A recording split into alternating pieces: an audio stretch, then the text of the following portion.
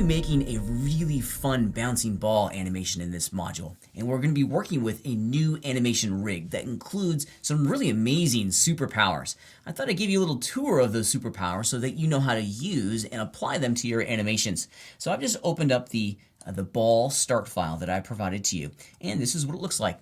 There's a couple things in here that's a little bit different from some of the other project files that we've been working with.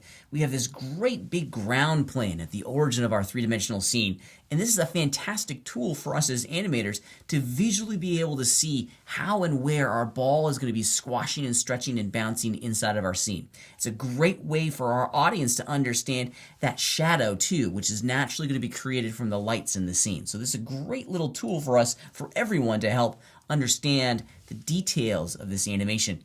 If we were to zip over to the outliner though, you're going to find that I've exposed the selectability channel for all of our objects. And if you're wondering why you can't select the ground plane here like that, well, check it out. It's because of this little icon right here. I've turned off the selectability of the ground plane to make it easier to work. Often we're going to be having two characters in the exact same space, the ball and the ground.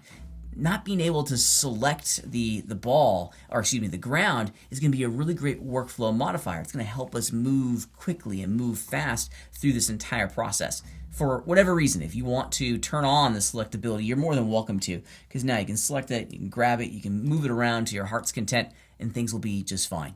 In addition, one of the things that I also like to do from time to time is turn off the visibility of this ground. Makes it a little bit easier for me to see precisely what I'm working with. All right, let's jump in and take a look at our little ball here, because there's some really great things and features of this project file that I want to make sure you guys are aware of. First and foremost, it's not too different from some of the animation rigs that we've used in the past. I've selected the outermost root locator, and let's just jump into pose mode here real fast, so that we can start working with the details of this rig. As with most rigs, we have a root master controller on the outside that allows us to move the entirety of that rig, and this is no different. In addition, we also have the assistant and the ball itself. So we have a couple different levels that we get to play with and keyframe on. Some folks like to put all of their location keyframes on the assistant, and then play all of our rotation keyframes on the ball control locator. It's nice to be able to separate these two, can make it a little bit easier to edit the totality of our object. I tend to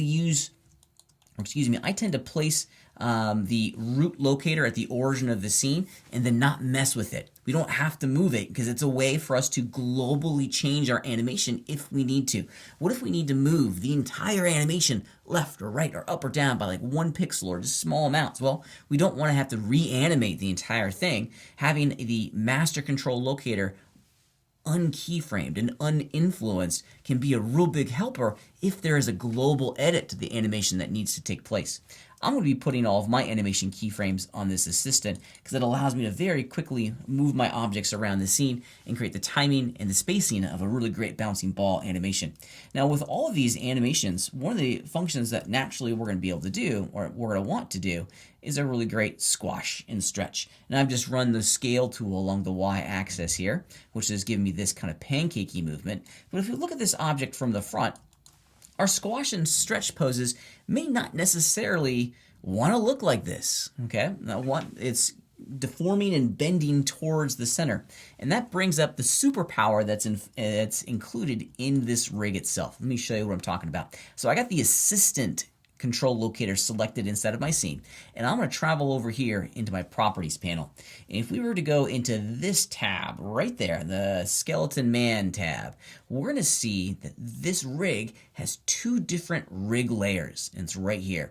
This first rig layer, this icon, is going to bring out all the lovely control locators that we're accustomed to seeing. The big root controller, the assistant, the ball. However, if we were to expose and enable the second rig layer just by left clicking on it inside the properties panel, look what pops in. Isn't that cool?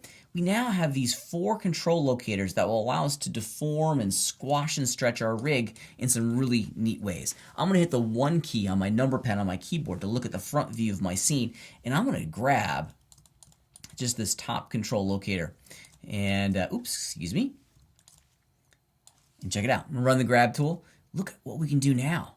How cool is that? Now we can bend and squash and stretch around very specific locations within inside the scene itself. And of course, naturally, you can do this for all of them. You can grab the bottom one and check out that. That's a great squash and stretch pose. Maybe we want to kind of weight it a little bit differently, or maybe, yeah, so we just get a lot of creative options now because we can very, very directly control how we want to squash and stretch our character within inside of our three-dimensional scene.